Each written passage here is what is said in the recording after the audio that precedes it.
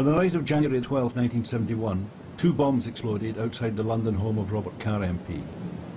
Carr was Edward Heath's employment minister and the man responsible for the hated Industrial Relations Bill, which had passed into law earlier that day. These bombs were the 18th in a group of 25 armed actions in Britain, claimed by anarchist and libertarian socialist groups, calling themselves the 1st of May Group and the Angry Brigade. The Angry Brigade itself first emerged in the summer of 1970 in the run-up to the election of the Conservative government of Edward Heath, and its activities continued for 18 months. The Angry Brigade actions, intended as symbolic, were followed by communiques explaining why the targets had been chosen and the group's commitment to rank-and-file organisation and international solidarity. Targets included the embassies of repressive regimes, high-profile police stations and army barracks, sweatshop boutiques and factories, as well as government buildings. The homes of cabinet ministers, the Attorney General and the Commissioner of the Metropolitan Police were also targeted. Scotland Yard and MI5 launched a massive investigation which led, in August 1971, to a number of arrests and 2 major trials at the Old Bailey, in which 3 men and 2 women received heavy jail sentences. 5 others, myself included, were acquitted. Gordon Carr's film for the BBC explores the roots of the Angry Brigade in the context of the revolutionary ferment of the 1960s and follows their campaign and the police investigation to its culmination in the Stoke Newington 8 conspiracy trial at the Old Bailey. It turned out to be the longest criminal trial in British legal history. Carr's 1973 documentary, which begins in 1967 with the machine gunning of the US Embassy in London's Grosvenor Square, remains the most comprehensive account so far of the complex police investigation and the court case that followed.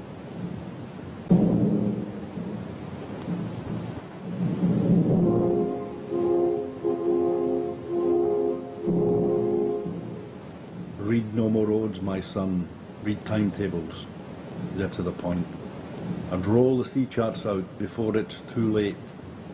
Be watchful, do not sing, for once again the day is clearly coming when they will brand refusers on the chest and nail up lists of names on people's doors. Learn how to go unknown, learn more than me, learn to change your face, your documents, your country. Become adept at every petty treason.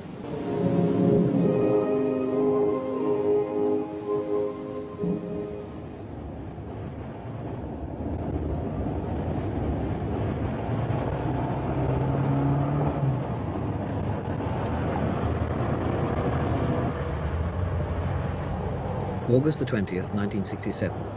The time, 11:15. A white Ford Cortina drives down Park Lane in London's West End. In the car, 3 men, young Spanish anarchists.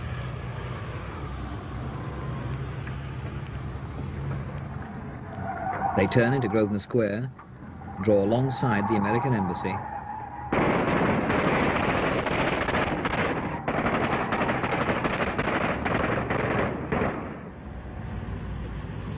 Four years later, the gun used in that attack was found under a table in an Angry Brigade commune in North London. How it got there, who handled it as it passed from group to group, sums up the development of anarchism, once the sole concern of a few Spanish expatriates, to a movement that introduced a new form of urban guerrilla activity that grew till the lives of cabinet ministers were seriously at risk.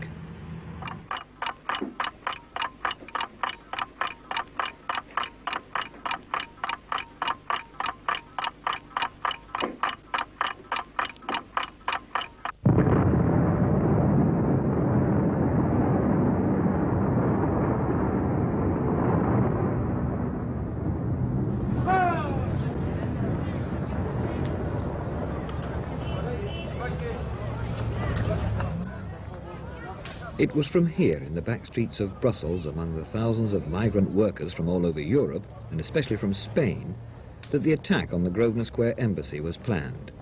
Planned principally by this man, Octavio Alberola, a Spanish-born anarchist, a dedicated revolutionary, known to the security services in at least 3 countries as one of the most dangerous men in Europe. In Britain, he's seen as the contact man and father figure of the group that became the Angry Brigade. Like many other Spanish exiles before him, Alberola found Belgium a tolerant country, reasonably safe from the attentions of the Spanish secret police, and with its anarchist cafes, bars and clubs, almost like home. At first, Alberola was influenced by an older generation of political militants, traditional anarchists who've often paid a heavy price for their opposition to the Franco regime. Miguel Garcia was sentenced to death, spent weeks in a condemned cell, was reprieved and spent 20 years in jail. Because we think that the more intelligent people, the ones who has not the right to use this superiority, intelligent superiority, to exploit the other. The same as the one who is stronger physically has not the right to abuse his strongness. That is the way. Put simply, Garcia's generation want an end to all forms of authority in personal and political life. No government, no legal system, no civil service, no bosses. It's an anarchist ideal that Garcia fought for in the Spanish Civil War and lost. And his generation spent the years that followed in prison, in exile, or engaged in guerrilla resistance against the Franco regime. It was a resistance that ended effectively with the death of the most famous guerrilla of them all, Francisco Sabaté. He was cornered in 1960 by government troops in a farmhouse in the Catalan mountains. He managed to escape badly wounded, but 5 of his companions were killed, and Sabaté himself was caught and later shot. His death was a turning point in the development of anarchist activity in Europe. It brought Miguel Garcia's generation to an end. These were men who'd operated openly in Spain against Spanish targets. But new young men were emerging with new ideas and subject to new influences. Octavio Alberola was one of these new men. Alberola had worked in Mexico with Fidel Castro and Che Guevara preparing the Cuban invasion. And what they'd done in Latin America, he decided to try in Europe. We met him at a secret hideout on the continent, and he agreed to talk about some of his efforts to revive and reshape traditional Spanish anarchism into an anti-capitalist, anti-imperialist international movement. Through an interpreter, Alberola told us that soon after Sabaté's death, a new and highly secret organization, known as the DI, the Défense d'Intérieur, was formed to coordinate these new anarchist developments. And by chance, the DI were helped in their task of internationalizing the Spanish movement by the Spanish government itself. Were garroted, Delgado and Granados, 2 anarchists in Spain. And there has been a very big repression all over Europe, especially in France and in Italy too, against anti-Franquist militants, but especially anarchists. The execution of Delgado and Granados got worldwide publicity, and many people were shocked. One young Briton in particular was disturbed by what he felt was excessive Spanish repression. Stuart Christie was brought up in a mining area of southwest Scotland. At the age of 16, he was a member of the Anti-Nuclear Committee of 100. At 17, he joined the Glasgow Federation of Anarchists. I couldn't stand by and watch as an onlooker and say, well, there's nothing I can do. There was something I could do, and that was take an active part in the resistance. What did you do? I approached the resistance organisation, the Libertarian Resistance Organisation, and offered my services. What did they in whatever way they saw fit to employ me. And how was that? I was employed as a courier, transporting explosives between point A and point B, which was Madrid. And you were picked up in Madrid? I was picked up in Madrid in August 1964. And sentenced to 20 years? I received a sentence of 20 years on the 1st of September. I was tried by a council of war, a military court-martial, which was all over within an hour. In fact, I knew very little of what was actually being said, and nothing, in fact, of what was being said during the proceedings. I wasn't told at the time either what the sentence was. This was passed to me 2 or 3 days later. A little note was slipped under the cell door saying that the probable date of release was 1984, which was I was none too pleased with. Christie's capture was a sign of just how effective the Spanish secret police had become in penetrating and dealing with the new revitalized anarchist movement. So, to protect themselves, the DI decided to set up totally secret guerrilla cells. Alberola was to be the link between these new cells and the outside world, and he was soon having to justify the exploits of the most notorious of them, the 1st of May group. Yeah, he said that it's a group of Spanish militants that came from Spain to Italy to make this... Alberola explained that the group took its name from the day they kidnapped the Spanish legate to the Vatican in Rome in 1966. Soon it was Britain's turn, with that attack in 1967 on the American embassy in Grosvenor Square. 6 months after the Grosvenor Square attack, a message came into Reuters press agency in Fleet Street about an explosion in Turin. Some minutes later, another report from The Hague with details of 3 attacks on Spanish, Italian and Greek property.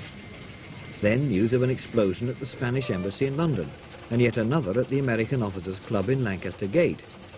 6 explosions, 6 locations, 3 countries, and all claimed by the 1st of May group. Years later, the 3 London incidents were regarded by the authorities as the beginnings of the Angry Brigade conspiracy. In the middle of all this 1st of May activity, Octavio Alberola was arrested in Belgium for entering the country illegally. Stuart Christie, now back in Britain after serving just 3 years of his 20-year sentence, began to campaign for him through the International Black Cross, a movement he'd revived to help anarchist prisoners.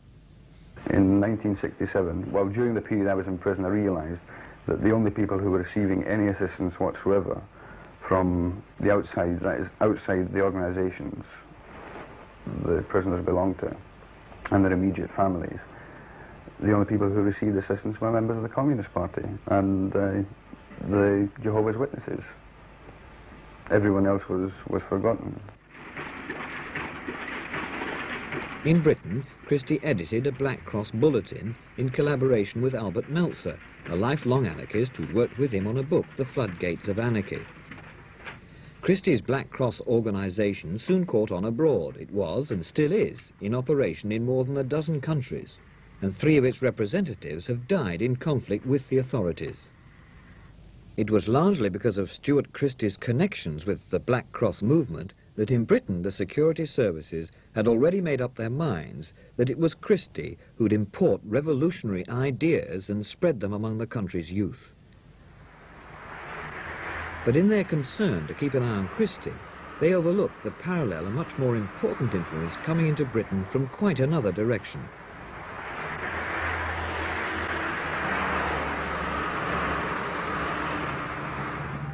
In the early 60s, the Haight-Ashbury district of San Francisco had become a gathering point for young student dropouts who suddenly felt that wherever they'd come from, and that was usually a well-ordered, well-off, secure home, was no longer the place to stay. They wanted an alternative to the materialist, consumer-based, authoritarian society offered by an older generation. They experimented with drugs, dress, food, anything that got away from middle-class, middle morality, middle America. Towards the end of the 60s, this American attempt to revolutionize lifestyle met up with Europe's revitalized anarchism. It was an explosive mixture, sparked off by just a handful of students at one university. At Nanterre, on the outskirts of Paris, at the beginning of 1968, a dozen or so students, calling themselves Les Enragés, the Angry Ones, a name they'd borrowed from the French Revolution, were what's known as situationists. Their ideas are complex, but their techniques are simple. You create a situation. Anything will do, so long as it annoys the authorities enough to make them react. You then turn that reaction to your own advantage. At Nanterre, the situationists did just that. The students wanted educational reforms. The situationists backed them up by pelting the professors with fruit, interrupting lectures. As they'd hoped, eventually 2 of them were expelled. Riots broke out, protesting against their dismissal. The effect had been achieved.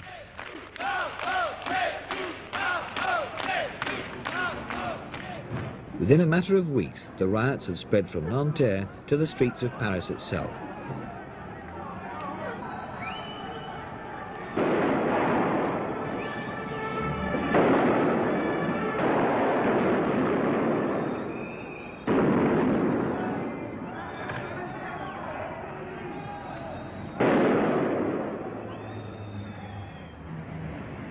Soon the Sorbonne itself was totally in the hands of the students, and not just those who'd been studying there. Hundreds joined in from all over Europe, including, of course, from Britain.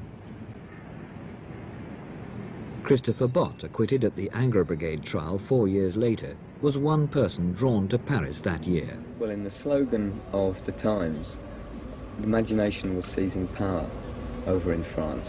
I could only sense this from what I saw in the newspapers, but I knew that there was a social revolution going on, where real forms of liberation were taking place, and I was comparing that with the boring, dull, stultified atmosphere of Britain at that particular time.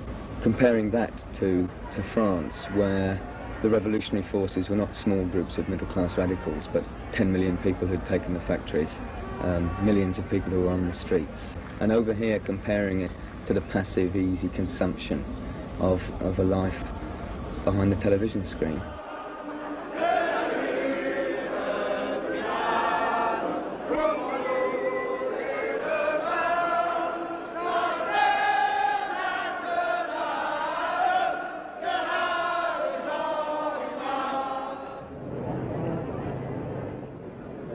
Bott and the young people with him heard among the dozens of attempts to draw up some kind of revolutionary policy the views of people like Danny Cohn-Bendit, and of course the views of the situationists.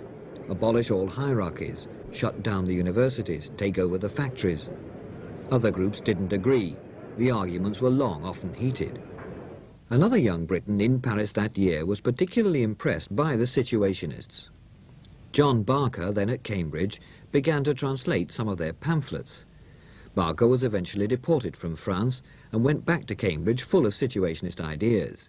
He wasn't there to see the whole revolutionary movement collapse into a trade union demand for a pay rise. To those like Barker, inspired by events in Paris to work for the new order, it was all sadly dispiriting. But there was one last hope. A huge anti-Vietnam War demonstration had been organized for October that year in Grosvenor Square. 100,000 people were expected to march through the streets of London in another international and possibly revolutionary event. But with Paris very much in mind, the authorities took no chances, and as the demonstrators crowded into Grosvenor Square itself, the police were there in strength and managed to control the proceedings for most of the time. Once again, the established order had stood firm, and for those who were hoping to get from the demonstration some kind of revolutionary situation, it was a disappointment. They realized now that big demonstrations were a waste of time. The authorities had learned how to cope with them. What was needed now, they felt, was a much more direct challenge to society, if necessary, outside the law.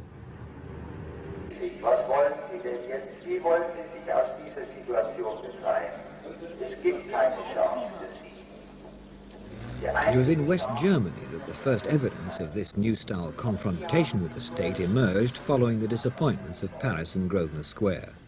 The Baader-Meinhof group, or Red Army Fraction as they're sometimes called, decided quite simply to declare war on German society.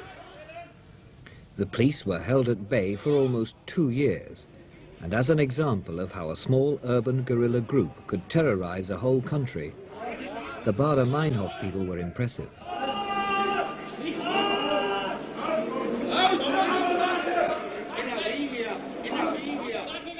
Not until the arrest of Andreas Baader himself in a Frankfurt suburb was the back of the resistance finally broken. But it wasn't only in Germany that these small guerrilla groups were forming themselves. Even Switzerland had one, so did the Dutch and the Turks. The Italians had a total of 145 explosions in 1969 alone. Britain had its Spanish-influenced 1st of May group, and in fact, after a bomb attempt in March 1969 at the Bank of Bilbao in Covent Garden, 2 1st of May men were caught with a communique in their pockets. But in Britain, other forms of urban violence were growing. In August 1969, in London, a petrol bomb was thrown at the Ulster office. And though not much of an incident on its own, in fact it was crucial to the development and the fate of the Anger Brigade itself. Ian Purdy, who'd been active in protest movements for a number of years, was arrested and charged with throwing the bomb. He was sentenced to 9 months and later sent to Albany Prison in the Isle of Wight. There he met Jake Prescott, a small-time criminal and drug addict, who'd lived in institutions for most of his life. Purdy struck up a friendship with Prescott and began to interest him in politics. He realised that one could Ian Purdy. change from struggling as an individual, which he's done all his life, struggled against his conditions, struggled against things that he's been subjected to, but as an individual, and he realised, I think, that struggling collectively is more coherent. Struggling collectively has more strength, has more power, and this leads further into struggling with his class, which is basically how he did change, I think, or how his attitudes changed, how he came to realise that there were different forms of struggle. While Purdy was educating Prescott in Albany Prison, outside the 1st of May group were making the headlines again with another concerted attack, this time at airports in 4 countries flying Spanish Iberia Airlines. At Heathrow, a hold-all with a bomb in it was taken off an Iberia plane after someone had called Scotland Yard. Then, just 12 days after this, came the first sign that the 1st of May, as a violent revolutionary group, were not alone. Scientists at the forensic laboratory at Woolwich discovered that an unexploded bomb found at the site of the new Paddington police station had a makeup almost identical to its 1st of May predecessors. But the target was obviously different. There was nothing remotely Spanish about Paddington police station. Obviously, the 1st of May group were lending their explosives, if not their expertise, to someone else. In the months that followed, more bombs or their fragments were examined at Woolwich, and forensic experts began to notice a distinct pattern to them. It was the targets that defied definition. The Commissioner of the Metropolitan Police, the Attorney General, a BBC outside broadcast van at the Miss World contest, the Department of Employment and Productivity. And though the security services, the police and the special branch didn't realise it at the time, the answer in fact lay in the people, the politics and the new lifestyles that were developing from the mixture of the American hippie movement and Europe's Alberola-style revolutionary anarchism.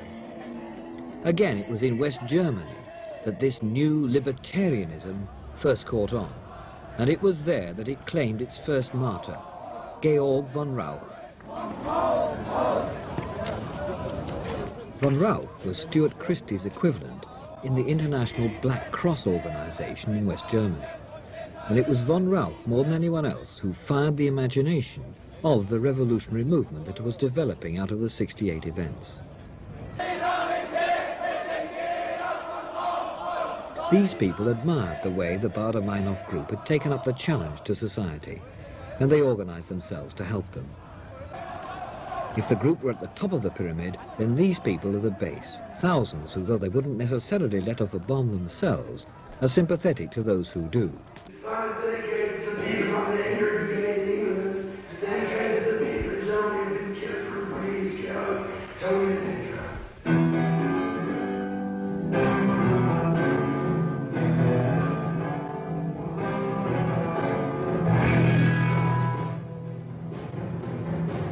The words and the music are anti-authoritarian, anti-society. This isn't the sound of protest, it's the sound of revolution.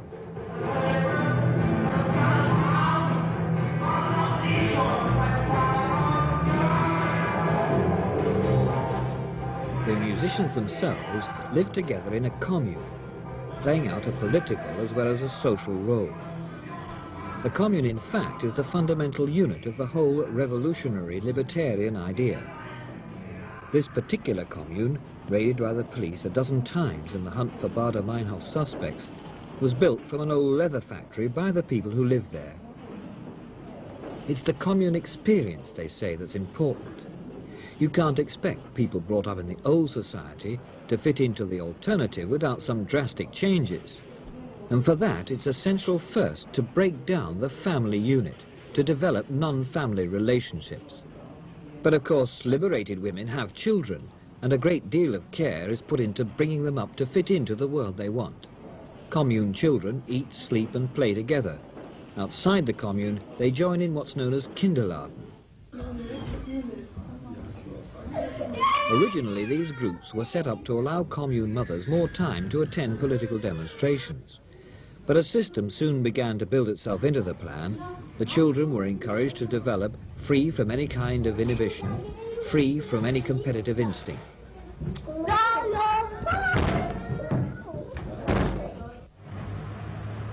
In Britain, these experiments in revolutionary lifestyle were slower to catch on.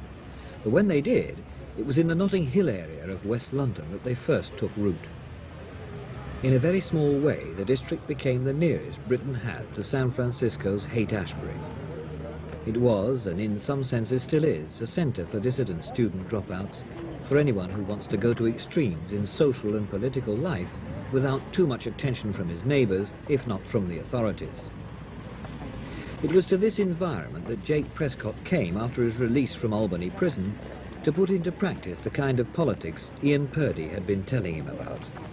Prescott began to mix with people who were beginning to organise themselves into revolutionary cells, and not only here in the decaying Victorian tenements of Notting Hill, but also in Manchester and Edinburgh. Soon there were more bombs, and then in December 1970 came the first clue to what was happening. A communique was sent to the International Times claiming the bomb attacks, and it was signed Ayrıca Brigade, the first time the words had been used. The communique also claimed a machine gun attack on the Spanish embassy. Later, the gun, a .38 Beretta, was proved ballistically to be the same gun that was used on the American embassy 3 years earlier. So here was direct evidence of a link between the 1st of May group and people now calling themselves the Ayrıca Brigade. And as if to emphasize the point, just a month later, on January the 12th, 1971, came the most serious incident yet. 2 bombs went off at the home in Barnet of the then Secretary for Employment and Productivity, Mr. Robert Carr. And for the Ayrıca Brigade, it was a serious error of judgment. Up to now, the bombings had been largely the preoccupation of the security services and the special branch. The explosions at Barnet were on an altogether different scale, and they brought in for the first time trained investigators, CID men led by Detective Chief Superintendent Roy Habershon. The second bomb went off shortly afterwards, after the family had evacuated the house, and whilst Mr. Carr and some police officers who'd been summoned to the scene were actually standing there. And it was only because the bomb flared a little that they were able to take cover. So we had the situation where 2 bombs, 2 unstable bombs had gone off in circumstances which, as far as I was concerned, amounted to attempted murder. But in his hunt for the bombers, Mr. Habershon had some formidable problems, not least the vast communications gap between the police and the people they were dealing with. During one raid on the offices of the magazine Time Out, special branch detectives had the embarrassing experience of having to explain why they were there on film. Well, in fact, you're a member of the special branch, aren't you? I'm here as a police officer to do a specific job. There are official channels that you can go through, and I'm not one of them. But seriously, I think it's a bit... you can appreciate my position. How can I possibly say anything about it? I don't know the circumstances, and if I did, I wouldn't discuss them anyway. The police were often shocked by the lifestyle of the people they raided. Some of the communes they went into were far from the standards of hygiene and organisation reached in Germany. And there were shocks too for the people being raided. For many it was their first taste of police methods. They didn't like being woken up in the middle of the night. They objected to the searching, and they were not the least bit sympathetic to what the police were trying to do. Well, this was a popular cry from the people that we were investigating, that we were merely harassing them for their left-wing views. This was not the case. As I say, I had to get amongst these people because the responsibility for the bombing clearly lay in this area. I had to get amongst them, I had to put my men amongst them, and my view at that time, and I still hold this view, that if people go about preaching violence and revolution, and a bombing of this sort occurs in that context, then they must expect to be the object of police attention. But what sort of violence and revolution was it that the Ayrıca Brigade were preaching? Well, much of what it was all about was in a newspaper a group of young people were preparing in Liverpool. Among them were John Barker, the Cambridge undergraduate who'd been so impressed by the Situationists in Paris, Jim Greenfield, a friend of Barker's at Cambridge and academically quite bright, and 2 girls, Anna Mendelssohn, who'd done English literature at Essex University, She'd also been to Paris in '68, and Hilary Creek, another Essex student who'd taken part in university sit-ins and demonstrations. The four of them took part in the editing and compiling of Strike, contributing to the areas they were particularly interested in. Greenfield, Barker and Creek, for example, somewhat ironically as it turned out, wrote the section on judges and the law, advising people how to defend themselves. But whatever the hodgepodge of ideas expressed in the paper, one thing was clear. They were different from traditional left-wing views on almost every level. Marxist system is a better system. Capitalist system is a bad system. As a black man... The people behind Strike believed that the communists, in doctrine as well as in their papers, were always telling people what to do, devising policies for them, instead of getting out into the community, involving themselves, living with people and sharing their experiences. The way the four people involved with Strike did this was through the squatting movement. Taking over empty property, living there and helping others to move in offered the kind of direct action that many young people were looking for. Many more were active in the claimants' unions, groups, there are about some 60 throughout the country, who make it their job to see that those with social security claims actually get what's due to them. And as many of the people involved in these movements are on social security themselves, like squatting, the claimants' union is another example of self-help and self-organisation. The political idea behind squatting and the claimants' union is to make people on the fringes of society aware of their situation and to fight it. In other words, to politicise them. If you can do that, the argument goes, to the homeless, the unemployed, the aged, to the women's liberation movement, the gay liberation movement, even to the criminal fraternity, if you can politicise everyone who feels oppressed by society, then you've got on hand a vast revolutionary army, an army that will grow, they believe, until society as we know it collapses. And that society is what they call the spectacular society. It's a phrase the Situationists used in Paris in '68, and it's defined in a book written by a Frenchman, Guy Debord. It's this book that John Barker had begun to translate before he was arrested. Briefly, what it says is that the world we see is the world we've been conditioned to see. And that conditioning, whether it's communist or capitalist, has brainwashed us into accepting material things as a substitute for real experience. It's made us lose the ability to relate to each other as human beings. And this, the book argues, is an act of violence. The Angry Brigade claimed that they were simply matching that violence, the violence of the state, with a violence of their own. And in communiques now sent out after every attack, they outlined the area of their activities. At last it began to put a whole series of bomb attacks stretching back 2 years into some kind of perspective. Embassies first, the American, Spanish and Italian. These were obviously targets inspired by the 1st of May group. Next on the list, judges. In fact, the nearest they got was the Attorney General, Sir Peter Rawlinson, with a bomb at the door of his London home. High pigs, as the communique called the police. That was Sir John Waldron, the Metropolitan Police Commissioner. There was a bomb at his London home. Then the Situationist targets, the so-called spectacles. Bieber's Boutique was one example. The communique that went with it complained about the outdated, pointless fashions and about the boring life of the painted salesgirls. Another spectacle was the Miss World contest, with a bomb at the BBC van to coincide with a women's liberation demonstration outside. As for property, there were dozens of attacks on banks, Conservative committee rooms, territorial army centres, even on a computer. Not all the communiques were in this short staccato style. Some were 1,000 words long, well argued, closely reasoned. And as well as giving some idea of the politics behind the attacks, they were forcing people in other revolutionary groups to define their attitudes to violence as well. Brian Michaels was prominent in the Stoke Newington 8 Defence Committee set up to help with the Angry Brigade's defence. Chris Allen was charged with Angry Brigade offences. He was dismissed from the case at the start of the committal proceedings. Ian Purdy stood trial on Angry Brigade conspiracy charges with Jake Prescott. He was acquitted. Prescott was sentenced to 15 years. Jane Greetham was one of many women prominent in defending the Angry Brigade. I think the Angry Brigade sort of saw that there were a lot of things wrong and really wanted to change things in a way.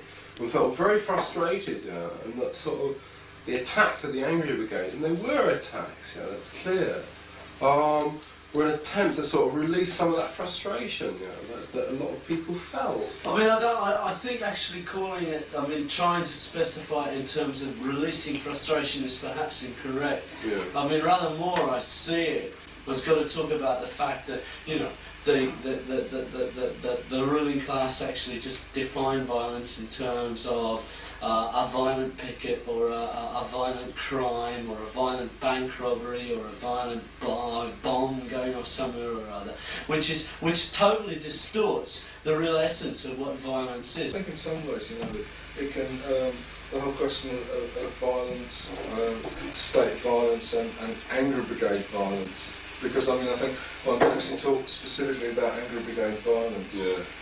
It's sort of best expressed in a way, or crystallises itself best in a way. When you look at Carr, I know on January the 12th, and I know about that experience very intensely because I was charged with it, because I had all the information more or less that was available to the police about it in terms of my interrogation, what I learned there, in terms of the depositions which I saw and the evidence that came out, that it was directly confronting the state at that stage, and it was a struggle against the Industrial Relations Bill, which later became law.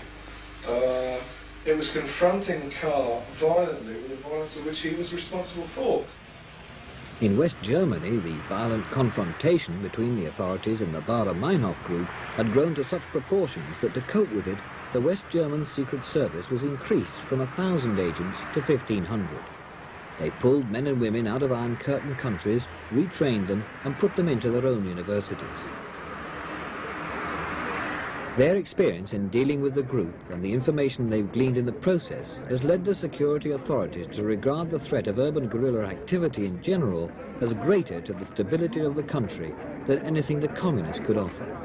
They reckon the days have gone when the power struggle is state against state. Now they say it's states against the people in them. One of the Baader-Meinhof bomb factories revealed the scope and extent of their activities. Activities brought to an end because of the group's contact with the criminal world. They needed people to tell them how to get hold of explosives, how to rob banks, buy guns and cars. And some of the criminals who helped them were bought in turn by the police. It was when the Angry Brigade began to dabble in orthodox crime themselves, in their case it was fraud, that the end was in sight for them too. Jake Prescott, just a week after the attack on Robert Carr, was picked up in Notting Hill on suspicion of being drunk. On him were 2 checkbooks, stolen, it transpired later, from students at Oxford University. On remand at Brixton, Prescott began to boast about his knowledge of explosives, his contacts with the Angry Brigade. Word was sent to Mr. Habersham. He decided to let Prescott out of Brixton and to have him followed. As the picture emerged and as our inquiries spread, of course it became quite evident that responsibility for these bombings clearly lay within the circle of acquaintances that Prescott had.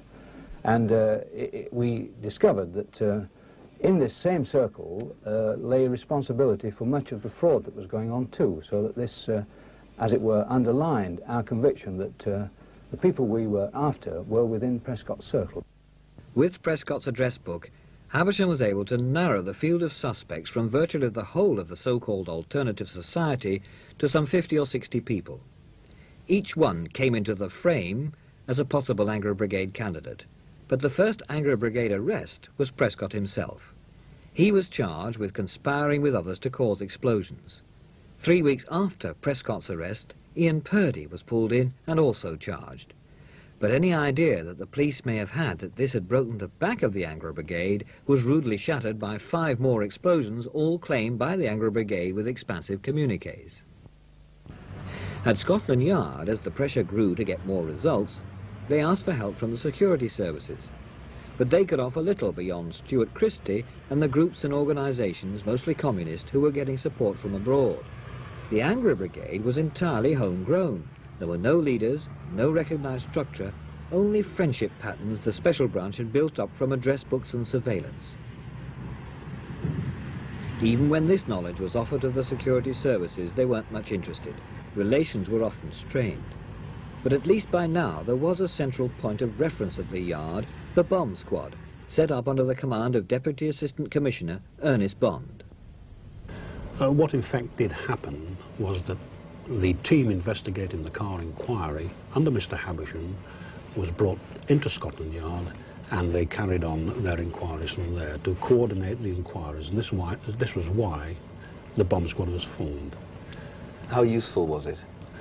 It was very useful indeed, but I'd like to point out that this is not an unusual step for the police. I mean, if we have any spate of incidents, such as bank robberies or bombings of this sort, we do concentrating inquiries in an effort to put a stop to it, and of course the bomb squad was very successful. The bomb squad was soon investigating yet more attacks, including one on another government minister, Mr. John Davis, who'd taken over from Mr. Carr as Secretary for Trade and Industry. By now the Anglo Brigade had claimed some 30-odd attacks, and obviously they were running short of explosives. Money was no problem. Jim Greenfield, Anna Mendelssohn, John Barker were all engaged in a substantial fraud conspiracy, the same conspiracy that Prescott had been involved in, stealing checkbooks and credit cards from students. To get the gelignite, they arranged to consult their old allies, the 1st of May group, and for that they had to go once more to France. Accounts of what happened there precisely differ between the police version, the prosecution assumptions, and the equally melodramatic explanations given by the people involved. But the dispute's over motive rather than movement. No one denies that on Tuesday, August the 17th, 1971, Hilary Creek was in and around the Paris left bank. We've retraced the route she took. It began that day in the morning at the Maubert Mutualité metro station. The police claim she emerged at that time on her way to collect explosives from the 1st of May contacts. And that contact, they say, was Garcia Calvo, a lecturer in Latin at Lille University, and like Octavio Alberola, wanted by the Spanish police. Hilary Creek says she wasn't on her way to see Calvo, but to meet a man who would help her set up a news information service.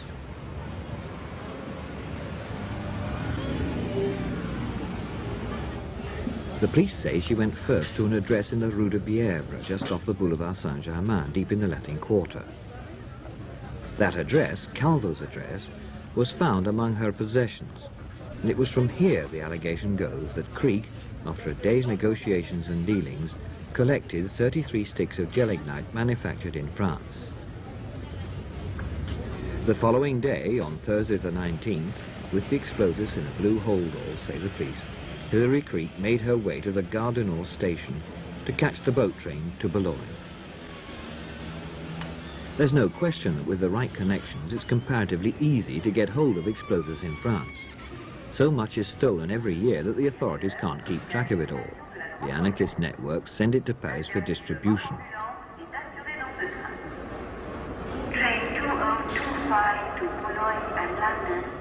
But to get it out of the country is quite another matter. This, said the police, is how the Anglo Brigade did it. At the end of her train journey, Hilary Creek had arranged to meet two friends. One of them was John Barker. He admitted going to France, not to meet Creek, but as part of a plan to provide hideouts for Ian Purdy and Jake Prescott once they'd been sprung from prison.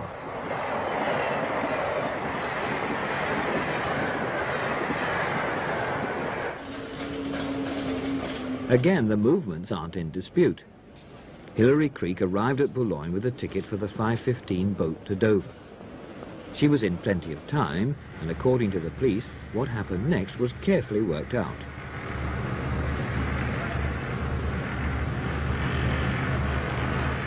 She'd been told to take the explosives to a particular part of the port, and there to wait for Barker and his companion. They would meet and divide the 33 sticks of dynamite between them. The idea was that if one of them got caught, the others could at least get some of it through. Barker and Creek admitted that they'd met, but they said it was a coincidence. He had gone over with a false passport on a day return ticket, but he'd gone as part of the plan to spring Purdy and Prescott. What is certain is that Creek, Barker and his companion did catch the 5:15 ferry back to Dover. Though they didn't know it at the time, they were sailing, in fact, straight to discovery.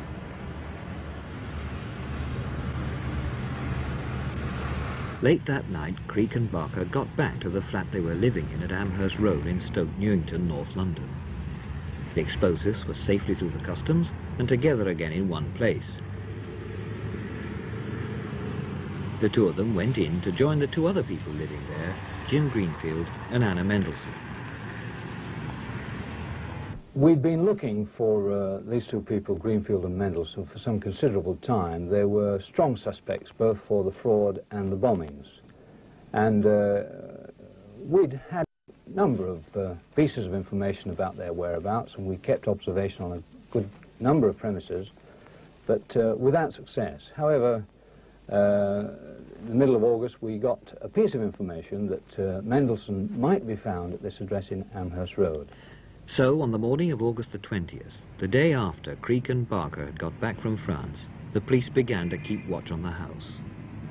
Towards lunchtime, Jim Greenfield came out to make a telephone call at a nearby phone box. The police decided that the time had come to go in to pick him up and possibly Anna Mendelssohn for fraud. To their amazement, under a table clearly visible was a Sten gun, and with it, scarcely hidden, was the Beretta, as it turned out, used on the American and Spanish embassies years before. There were revolvers, ammunition, a whole array of armoury, and with it all, 33 sticks of French-made gelignite and a blue hold-all. The allegation that that material had been planted at Amherst Road, put there specifically by the police to obtain a conviction, formed one of the main defence planks in the Ayrıca Brigade trial. That, and the charge that the defendants were in the dock for their political beliefs. In fact, there were two trials. The first one related to Prescott and Purdy, and charges were to do with the bombing at Robert Carr's house. Prescott got 15 years for his part in that. On appeal, it was reduced to 10, and Purdy was acquitted on all charges. And then followed the trial of the so-called Stoke Newington 8, the longest trial, longest criminal trial in legal history, and certainly one of the most controversial. 4 of the defendants were actually living at Amherst Road at the time: Barker, Creek, Greenfield and Mendelssohn. And 4 of their friends were also charged. Christopher Bott, who'd arrived at Amherst Road the day after the police raid, and 2 girls were charged, Angela Weir and Kate McLean. They were both heavily involved in women's lib. And finally, Stuart Christie. He had also arrived at Amherst Road the day after that raid. Now, 3 of the defendants, Barker, Creek and Mendelssohn, chose to defend themselves. Their task was to convince the jury that the police were corrupt enough to have planted the material found at Amherst Road. To do it, they claimed that the police had invented oral statements, beaten one of them up, lied under oath, even suppressed forensic evidence. But would the jury believe this all-out attack on the police? Well, people in court who'd observed them closely throughout the trial were convinced there'd be a split. And there was. The defendants themselves felt 7 of the jury were against them, 3 were undecided, and it became clear when the judge was forced to accept a majority verdict that 2 were not prepared to convict them at any price. In the event, Barker, Creek, Mendelssohn and Greenfield were found guilty. The other 4 were acquitted. The jury asked for clemency, and the judge decided to take that into account in the sentencing, 10 years each. He said that without the jury's plea, he would have given them 15.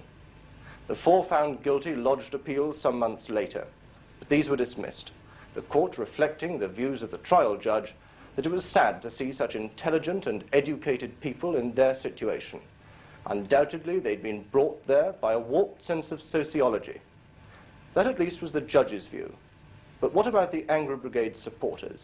In many ways, the Ayrıca Brigade are sort of revolutionaries, the armed revolutionaries of the kind of, of the first hour, they're the sort of first people who've actually taken up this position, and the significance of what they've done, won't become clear for some years, because I think in, say, 3 or 4 years' time, or even longer, that people then will relate to what they've done now, and will think about that and think it's important, Perhaps I don't think it's important now, but they'll begin to understand that in some years' time. What the Anglo Brigade did was to, in a very small way, turn around and say to the government, say to Carr, we're hitting back.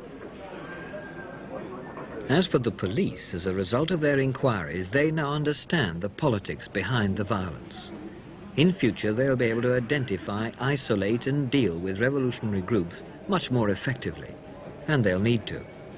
Already the 1st of May group have issued a declaration that they're ready to back up strikes and factory sit-ins by attacking what they call the power symbols of capitalist oppression, though precisely how they're going to do it hasn't yet been made clear.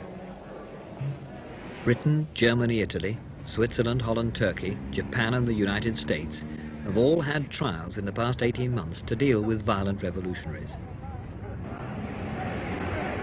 It's taken them 4 years to get them under control, and in the process, both sides have learnt much about each other's methods. Any future violence and the techniques used to contain it will be bigger, stronger and bitter indeed. I can't see any other answer to the problem, because once the state starts to take political hostages, as it is doing, then the only other answer is that political hostages be taken in return.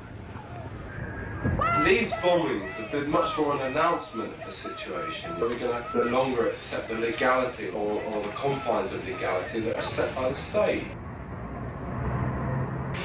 What the Anglo Brigade did was to, in a very small way, turn around and say to the government, say to Carr, we're hitting back.